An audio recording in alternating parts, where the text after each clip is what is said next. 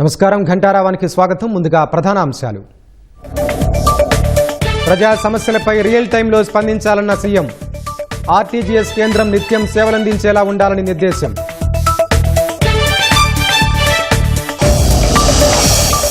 భారత ఏఐ రాజధానిగా ఏపీని నిలపడమే ప్రభుత్వ ధ్యేయం. యూనిట్ల ఏర్పాటుకు కొరియన్ కంపెనీలకు లోకేష్ ఆహ్వానం.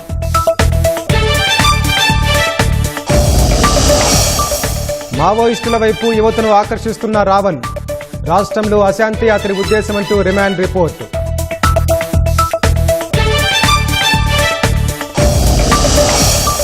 హైకోర్టులో 3 అదనపు జడ్జిల ప్రమాణం. 29 నుంచి 32కు చేరిన న్యాయమూర్తుల సంఖ్య.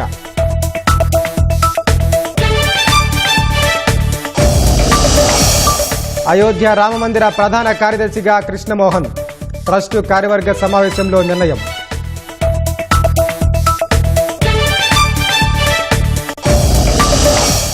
పహల్గాం ఉగ్రదాడి నిందితుడిగా లష్కరే చీఫ్ హఫీజ్ సయీద్. ఎన్ఐఏ దాఖలు చేసిన అనుబంధ ఛార్జ్షీట్లో వెల్లడి.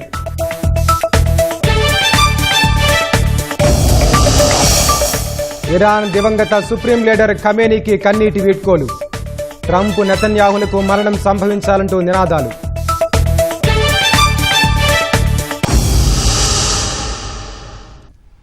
ప్రజా సమస్యలు ఇబ్బందులపై ఆర్టీజీఎస్ కేంద్రం నుంచి రియల్ టైంలోనే స్పందించాలని సీఎం చంద్రబాబు అధికారులను ఆదేశించారు. వేగంగా స్పందించగలిగితేనే పౌరులకు మెరుగైన సేవల్ని అందించగలుగుతామని స్పష్టం చేశారు. ఆర్టీజీఎస్ కేంద్రం 24 గంటలు ప్రజలకు సేవలందించేలా చర్యలు చేపట్టాలని సీఎం నిర్దేశించారు. పురపాలక, పంచాయతీరాజ్, హోం, ఎక్సైజ్ శాఖల ద్వారా అందిస్తున్న ప్రభుత్వ సేవలపై సీఎం చంద్రబాబు సమీక్ష నిర్వహించారు. సచివాలయంలోని ఆర్టీజీఎస్ కేంద్రంలో జరిగిన ఈ సమీక్షా సమావేశంలో మంత్రి పార్థసారథి, ప్రభుత్వ ప్రధాన కార్యదర్శి సాయి ప్రసాద్, డీజీపీ గుప్తా, పురపాలక, ఎక్సైజ్, పోలీసు ఉన్నతాధికారులు పాల్గొన్నారు. ప్రజాపాలనలో పొలిటికల్ మేనేజ్మెంట్, బ్యూరోక్రటిక్ యాక్షన్ సమపాళ్లలో ఉండాలని ముఖ్యమంత్రి సూచించారు. పీజీఆర్ఎస్లో పెండింగ్లో ఉన్న దరఖాస్తులను త్వరగా పరిష్కరించాలన్నారు. ఇందుకోసం ఓ యాక్షన్ ప్లాన్ సిద్ధం చేయాలని ఆదేశించారు. రియల్ టైంలోనే ప్రజల సమస్యలు, ఇబ్బందులపై స్పందించాలని అధికారులకు సీఎం దిశానిర్దేశం చేశారు. వేగంగా స్పందించగలిగితేనే పౌరులకు మెరుగైన సేవల్ని అందించగలుగుతామన్నారు. ప్రజల నుంచి వచ్చే ఫిర్యాదులు, పీజీఆర్ఎస్లో వస్తున్న దరఖాస్తుల్ని ఆర్థికేతర కేటగిరీలుగా విభజించి పరిష్కారం చూపాలన్నారు. క్షేత్రస్థాయిలో ఫలితాలు కనిపించేలా కలెక్టర్లు, ఉన్నతాధికారులు బాధ్యత తీసుకోవాలన్నారు. ప్రభుత్వం అమలు చేస్తున్న పథకాలు, కార్యక్రమాలతో ఎలాంటి ఫలితాలు సాధిస్తున్నామో ఎప్పటికప్పుడు విశ్లేషించాలని అధికారులకు సూచించారు. నెల రోజుల్లోగా అన్ని ప్రభుత్వ శాఖలు అవేర్ 2.0 ద్వారా ఏ మేరకు ఫలితాలు వచ్చాయో విశ్లేషించాలని స్పష్టం చేశారు. రాష్ట్ర వ్యాప్తంగా కమ్యూనికేషన్ నెట్వర్క్ కనెక్టివిటీ కోసం మారుమూల ప్రాంతాల్లో సెల్ టవర్ల ఏర్పాటుకు కార్యాచరణ చేపట్టాలన్నారు. ఆపరేటర్లను సంప్రదించి త్వరగా చర్యలు తీసుకోవాలని సూచించారు. గిరిజన ప్రాంతాల్లో అన్న క్యాంటీన్ల ఏర్పాటుకు చర్యలు చేపట్టాలన్నారు. మహిళలపై నేరాలు గణనీయంగా తగ్గాలని, గంజాయి ముఠాలను పూర్తిగా నియంత్రించాలని సీఎం నిర్దేశించారు. డ్రగ్ ఫ్రీ కంట్రీగా భారత్ను తయారు చేసేలా కేంద్రం కార్యాచరణ చేపట్టిందని, దానికి అనుగుణంగానే లక్ష్యాలను నిర్దేశించుకోవాలని స్పష్టం చేశారు. క్షేత్రస్థాయిలో తాగునీరు, వ్యర్థాల సేకరణకు స్వచ్ఛ రథాలు, ఇంటింటికి చెత్త సేకరణ లాంటి అంశాల్లో నిర్దిష్టమైన ఎస్ఓపీ జారీ చేయాలని సీఎం చంద్రబాబు ఆదేశించారు. మున్సిపాలిటీలు, కార్పొరేషన్లలో పేరుకున్న 23 లక్షల మెట్రిక్ టన్నుల చెత్తను 3 నెలల్లోగా తొలగించాలని, దీనిపై ప్రజాప్రతినిధులు కూడా శ్రద్ధ పెట్టాలని సూచించారు. జీరో వేస్ట్ మున్సిపల్ ప్రాంతాలు మన లక్ష్యం కావాలని ముఖ్యమంత్రి అన్నారు. ఆంధ్రప్రదేశ్ను భారతదేశ ఏఐ రాజధానిగా నిలపడం ప్రభుత్వ ధ్యేయమని మంత్రి లోకేష్ తెలిపారు. 2వ రోజు పర్యటనలో భాగంగా దక్షిణ కొరియాలోని సియోల్లో పలు సంస్థల ప్రతినిధులతో మంత్రి సమావేశమయ్యారు. ఏపీలో పెట్టుబడులకున్న అవకాశాలు, ప్రభుత్వం అందిస్తున్న ప్రోత్సాహకాలను వివరించారు. ఏపీని ఆవిష్కరణల కేంద్రంగా తీర్చిదిద్దుతున్నట్లు చెప్పారు. రాష్ట్రంలో యూనిట్లు ఏర్పాటు చేయాలని కొరియన్ సంస్థలకు ఆహ్వానం పలికారు. ప్రభుత్వ ప్రతిపాదనలపై కొరియన్ కంపెనీలు అత్యంత సానుకూలత వ్యక్తం చేస్తూ ఏపీలో భారీగా పెట్టుబడులు పెట్టేందుకు గ్రీన్ సిగ్నల్ ఇచ్చాయి. దక్షిణ కొరియాలో 2వ రోజు పర్యటనలో మంత్రి లోకేష్ పారిశ్రామికవేత్తలతో వరుస సమావేశాలతో బిజీగా గడిపారు. దక్షిణ కొరియాకు చెందిన ప్రఖ్యాత medical device certified smart health care footwear సంస్థ షువాల్స్ కంపెనీ లిమిటెడ్ చైర్మన్ సీఈఓ లీ చియాంగెన్ తో మంత్రి లోకేష్ భేటీ అయ్యారు. షువాల్స్ సంస్థ ప్రభుత్వంతో చేసుకున్న ఎంఓయూ మేరకు ఏపీలో పాదరక్షల తయారీ యూనిట్ పనుల్ని వేగంగా ప్రారంభించాల్సిందిగా లోకేష్ విజ్ఞప్తి చేశారు. 300 కోట్లతో ఏర్పాటు కానున్న ఈ యూనిట్ ద్వారా సుమారు 3,000 మందికి ఉపాధి లభించనుందని తెలిపారు. ఏపీలో R&D ఇన్నోవేషన్ సెంటర్ ఏర్పాటు చేసి ఏపీని రిటైల్ డిస్ట్రిబ్యూషన్ హబ్ గా మార్చాలని కోరారు.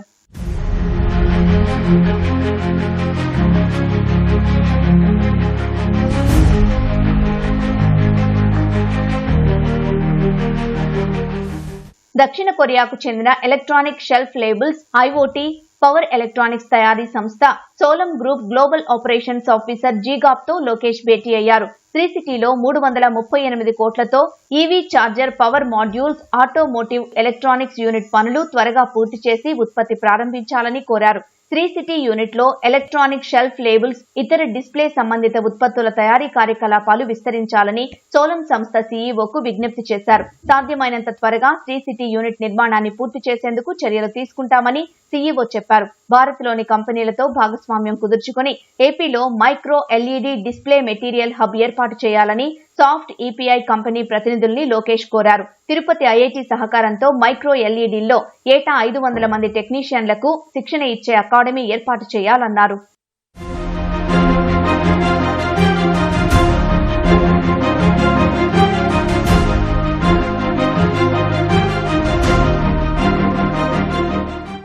ఆంధ్రప్రదేశ్ ఆవిష్కరణల వెన్నెముకగా ఉన్న రతన్ టాటా ఇన్నోవేషన్ హబ్ ద్వారా వన్ ఫ్యామిలీ వన్ ఆంటర్ప్రెన్యూర్ నినాదంతో 5 ఏళ్లలో 20,000 స్టార్టప్లు 1,00,000 ఉద్యోగాలను సృష్టించడం లక్ష్యంగా పెట్టుకున్నట్లు మంత్రి లోకేష్ తెలిపారు. అమరావతిలో ప్రధాన కేంద్రంగా పనిచేస్తున్న RTIH విశాఖపట్నం, రాజమండ్రి, విజయవాడ, తిరుపతి, అనంతపురం ప్రాంతీయ శాఖలతో పనిచేస్తోందన్నారు. Seoul business agency, Korean tech స్టార్టప్లతో నిర్వహించిన రౌండ్ టేబుల్ సమావేశంలో లోకేష్ మాట్లాడారు. RTIH full life cycle programmes, Spark క్వార్టర్లిస్ట్, వెలాసిటీ ల్యాబ్లలోకి కొరియన్ స్టార్టప్లకు ఆహ్వానం పలుకుతున్నామన్నారు. RTIH ను కేంద్రంగా చేసుకుని ఇండియా కొరియా స్టార్టప్ కారిడార్ ఏర్పాటు కోసం కలిసి పనిచేద్దామని కొరియన్ సంస్థలను ఆహ్వానిస్తున్నట్లు లోకేష్ తెలిపారు. ప్రత్యేక Korea desk, soft landing, VC bay Korean ఏజెన్సీలతో సహా ఇంక్యుబేషన్ ఏర్పాటు చేస్తామన్నారు. దీని ద్వారా 2 వైపులా మార్కెట్ ప్రవేశం లభిస్తుందన్నారు. కొరియన్ స్టార్టప్లు భారతదేశంలోని టైర్ 2, 3 మార్కెట్లలోకి, ఏపీ స్టార్టప్లు కొరియాలోకి రావడం సులభతరమవుతుందన్నారు. ఏపీని భారతదేశ AI రాజధానిగా నిలపడం తమ ధ్యేయమని లోకేష్ వెల్లడించారు.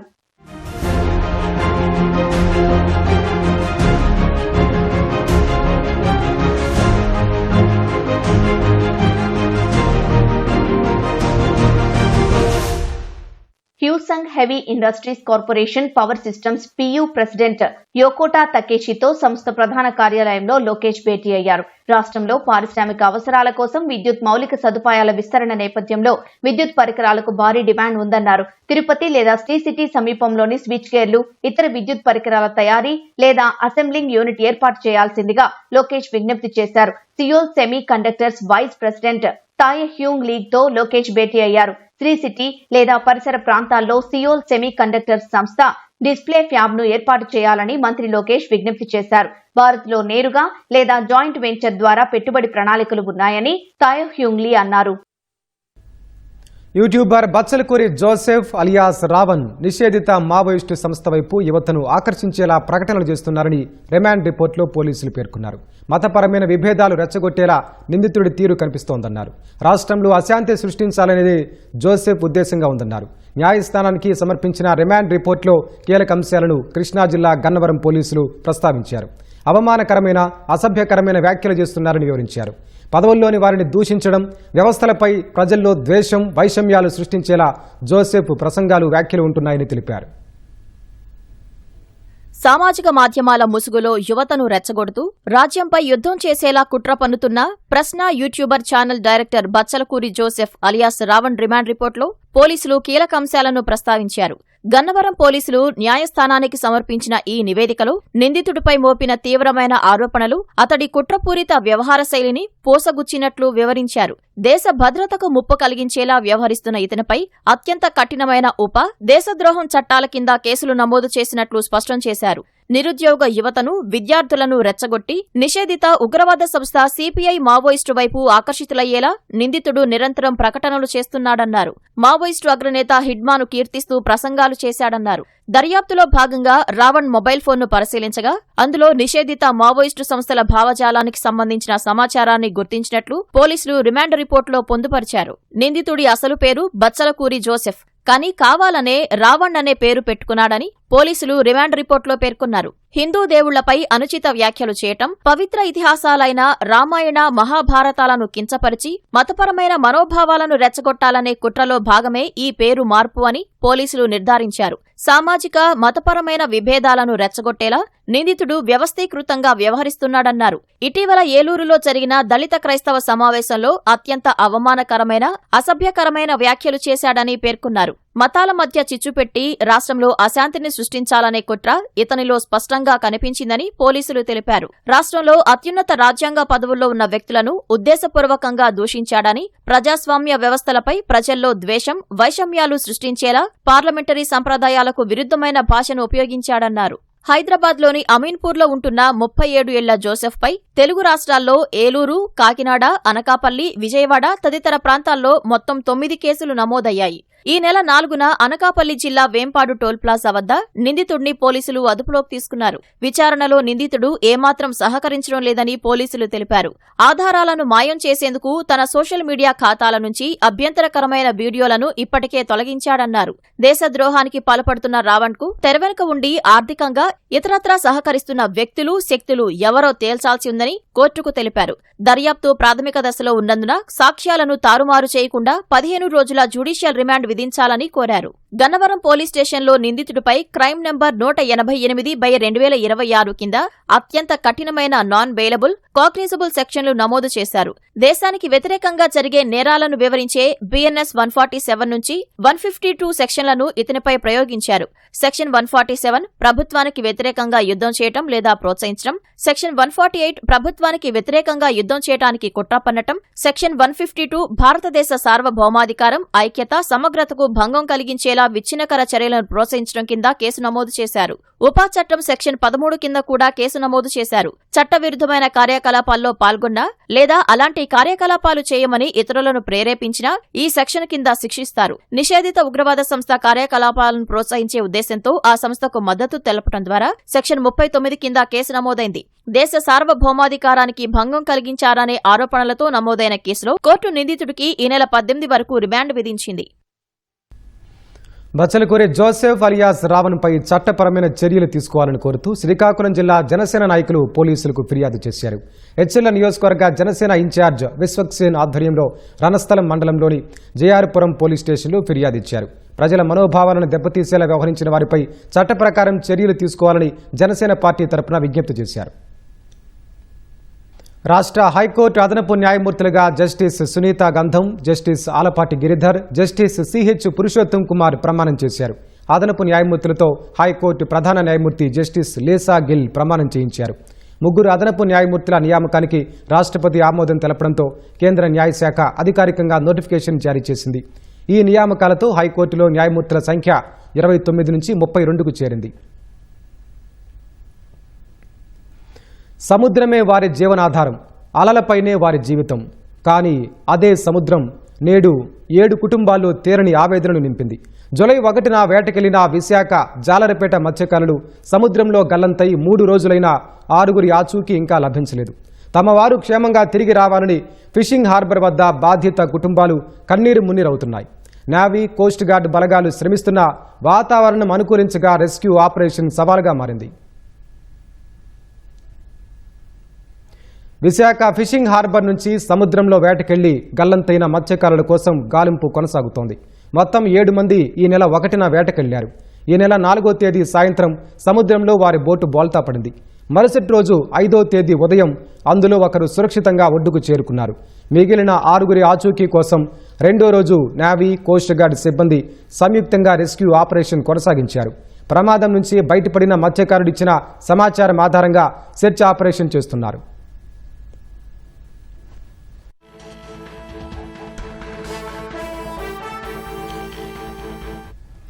గల్లంతైన మత్స్యకారుల కుటుంబాల్లో ఆందోళన అంతకంతకు పెరుగుతోంది. తమ వారి కోసం కన్నీరు మున్నీరుగా విలపిస్తున్నారు. క్షేమంగా ఒడ్డుకు చేరుకోవాలని ప్రార్థిస్తున్నారు. మరోవైపు Visakha mechanised boat operators association కార్యాలయం వద్ద మత్స్యకార కుటుంబాలు ఆందోళన చేశారు.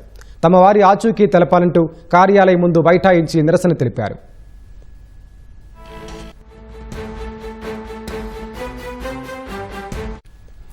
బోటు ప్రమాదం జరిగిన ప్రదేశాన్ని గుర్తించామని విశాఖ ఆర్డీఓ దిలీప్ చక్రవర్తి వెల్లడించారు. మత్స్యకారులను సురక్షితంగా తీసుకొచ్చేలా అన్ని ప్రయత్నాలు చేస్తున్నామని కుటుంబ సభ్యులు ఆందోళన చెందవద్దని చెప్పారు. సహాయక చర్యల్లో 2 నేవీ, మరో 2 కోస్ట్ గార్డు నౌకలు గాలింపు చేపట్టాయని, కోస్ట్ గార్డుకు చెందిన డోర్నియర్ ఎయిర్ క్రాఫ్ట్, నేవీ హెలికాప్టర్తో గాలిస్తున్నామని డీఐజీ గోపీనాథ్ జెట్టి తెలిపారు. సముద్రంలో అలలు గాలులు తీవ్రత ఎక్కువగా ఉందని, హెలికాప్టర్లు రక్షించడం కూడా ప్రమాదకరంగా మారిందన్నారు. వాతావరణ పరిస్థితులు సమీక్షిస్తూ రెస్క్యూ ఆపరేషన్ కొనసాగిస్తున్నామని చెప్పారు. 4 షిప్లు 2 కోస్ట్ గార్డ్ నుంచి 2 నేవీ నుంచి ఈ సెర్చ్ అండ్ రెస్క్యూ ఆపరేషన్లో పాల్గొన్నాయి. దాంతోపాటు కోస్ట్ గార్డ్ సంబంధించిన డోర్నియర్ ఎయిర్ క్రాఫ్ట్, నేవీ వాళ్ళ హెలికాప్టర్ కూడా సెర్చ్ అండ్ రెస్క్యూలో పాల్గొనింది. ఒకసారి వాళ్ళు సెర్చ్ అండ్ రెస్క్యూ ఆపరేషన్ మొదలు పెడితే 72 అవర్స్ కంటిన్యూగా దాన్ని చేయడం జరుగుతుంది. ఈ నేవల్ షిప్స్ 4 కూడా ఎక్కడైతే మనకు ప్రమాదం జరిగిందంటున్నారో, బోట్ మిస్ అయిందో ఆ మిస్ అయినటువంటి ఆ ప్రాంతంలోనే సెర్చ్ చేస్తూ ఉన్నాయి. హెలికాప్టర్స్ నిన్న ఈరోజు కూడా ఇప్పుడు కూడా సెర్చ్ జరుగుతూనే ఉంది. ఇప్పటి వరకు మనకి మిస్ అయినటువంటి మత్స్యకారులకు సంబంధించి ఎలాంటి ఆచూకీ మనకి కనిపించట్లేదు. ఇప్పుడు ప్రస్తుతం సముద్రంలో ఉన్నటువంటి పరిస్థితులు కొంత రఫ్గా ఉండడం, అలల ఉధృతి, గాలి తీవ్రత కూడా ఎక్కువగా పెరగడం వల్ల సెర్చ్ ఆపరేషన్ అనేటువంటిది కంటిన్యూ అవుతుంది. ఇది ఇంకా నెక్స్ట్ 24 అవర్స్ కూడా కంటిన్యూ అవడం జరుగుతుంది. సముద్రంలో గాలింపు చర్యలకు సంబంధించి నేవీ అధికారులు సైతం ఒక ప్రత్యేక వీడియోను విడుదల చేశారు. అత్యాధునిక హెలికాప్టర్లు, కోస్ట్ గార్డు నౌకల ద్వారా సముద్రంలో అణువణువు గాలిస్తున్నారు. తీవ్రమైన గాలులు, ఎగసిపడుతున్న అలల మధ్య ప్రాణాలకు తెగించి రెస్క్యూ సిబ్బంది పనిచేస్తున్నారు. సాంకేతిక పరిజ్ఞానాన్ని వాడుతూ జాలర్లు ఉండే అవకాశం ఉన్న ప్రాంతాలపై దృష్టి పెట్టారు. నేవీ కమాండర్లు స్వయంగా ఈ రెస్క్యూ ఆపరేషన్ను పర్యవేక్షిస్తున్నారు.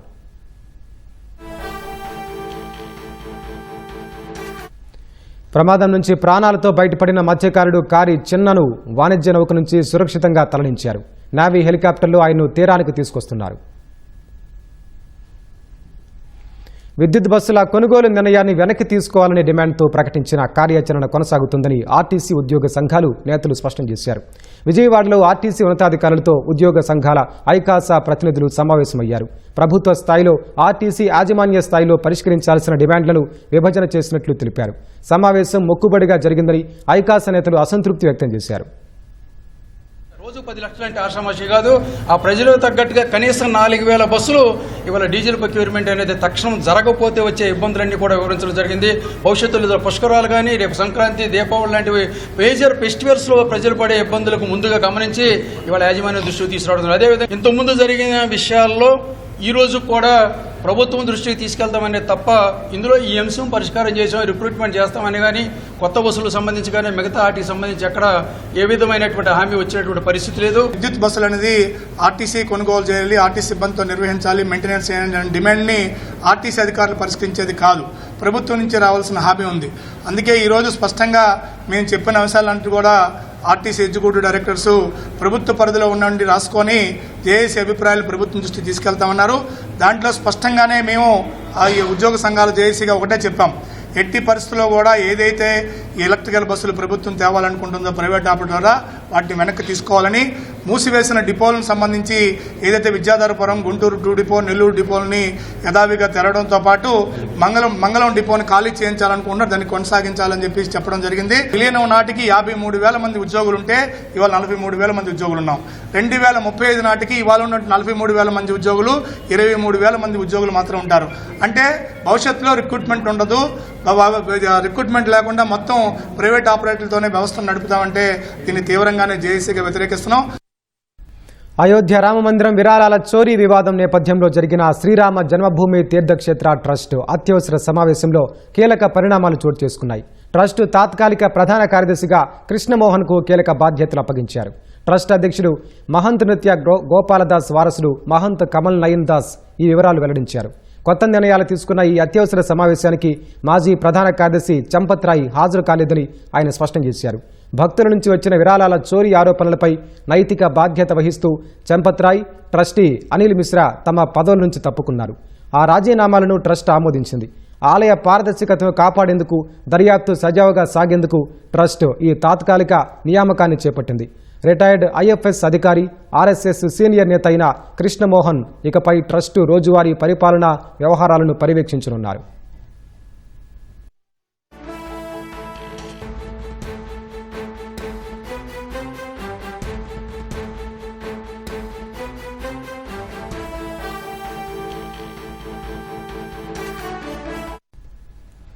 జమ్మూ కాశ్మీర్లోని పహల్గామ్లో గతేడాది జరిగిన ఉగ్రదాడి కేసులో జాతీయ దర్యాప్తు సంస్థ ఎన్ఐఏ కీలక అడుగు వేసింది. నిషేధిత ఉగ్రవాద సంస్థ Lashkar-e Taiba chief most wanted terrorist Hafiz సయీద్ను ఈ దాడిలో నిందితుడిగా పేర్కొంది. ఈ మేరకు జమ్మూలోని ప్రత్యేక ఎన్ఐఏ కోర్టులో అనుబంధ ఛార్జిషీట్ దాఖలు చేసింది. సయీద్ను అతని వ్యక్తిగత హోదాలోనే కాకుండా లష్కరే తోయిబా ప్రాక్సీ సంస్థ అయిన ది రెసిస్టెన్స్ ఫ్రంట్ టీఆర్ఎఫ్ అధినేతగా కూడా ఎన్ఐఏ నిందితుడిగా చేర్చింది.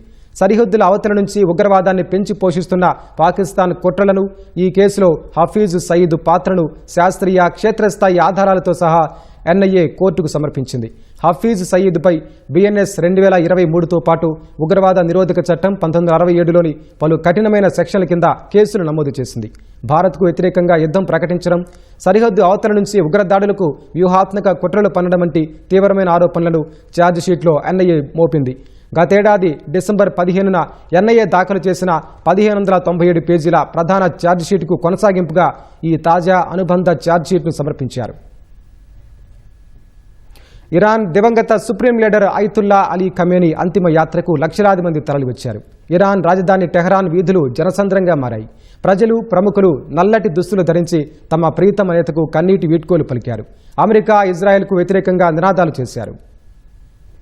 ఇరాన్ దివంగత supreme leader Ayatollah Ali Khamenei అంతిమయాత్ర సందర్భంగా టెహరాన్లోని ప్రసిద్ధ ఆజాదీ స్క్వేర్ నుంచి కిలోమీటర్ల మేర రహదారులు జనసంద్రంతో నిండిపోయాయి.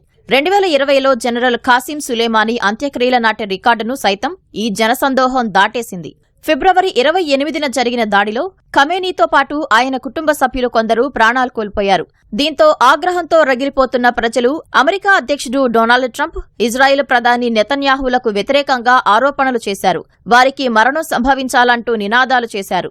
ఊరేగింపులో పాల్గొన్న ఓ ఇరాన్ మహిళ, ఇది తమ లీడర్కు వీడ్కోలు పలికే రోజు కాదు, ప్రతీకారం తీర్చుకునే రోజు అని నినాదాలు చేసింది. ఖచ్చితంగా అమెరికా, ఇజ్రాయెల్పై పగ తీర్చుకుంటామని హెచ్చరించింది. ఈ అంత్యక్రియల్లో ఇరాన్ అధ్యక్షుడు మసూద్ పెజెష్కియాన్ పాల్గొని ఖమేనీకి నివాళులు అర్పించారు.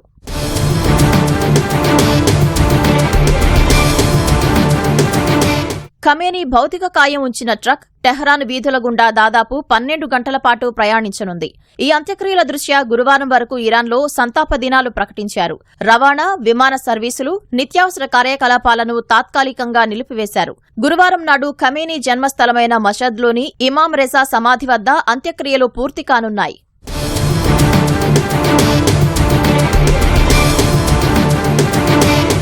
మరోవైపు అమెరికా, ఇరాన్ మధ్య యుద్ధానికి శాశ్వత ముగింపు పలికేందుకు జరగాల్సిన చర్చలు తాత్కాలికంగా వాయిదా పడ్డాయి.